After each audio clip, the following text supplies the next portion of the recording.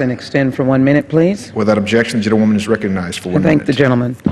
Speaker, I have a great deal of respect for this institution. I've had the privilege of serving it. As a member of the Judiciary Committee, I'm very grateful of the extent of our jurisdiction that embraces the Constitution, and I believe justice is important.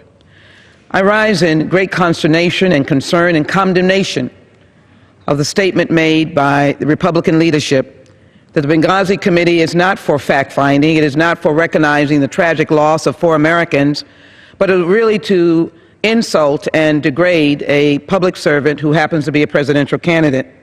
How tragic that we would engage in such tomfoolery in spite of the Constitution, the Madison Papers that talks about doing justice.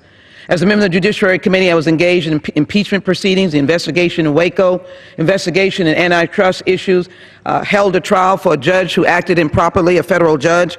That is the fact-finding role of this nation. But while we are fooling around with a committee that is there to do nothing but to deal with political grandizing, and we have not passed the Dragoga Act that helps our 9/11 first responders, I would only ask that we stop and end this committee because it is not doing justice as the United States calls us to do.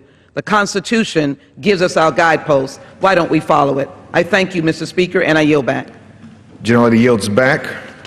Are there any additional 1-minute speeches in the House? Seeing none, the chair lays before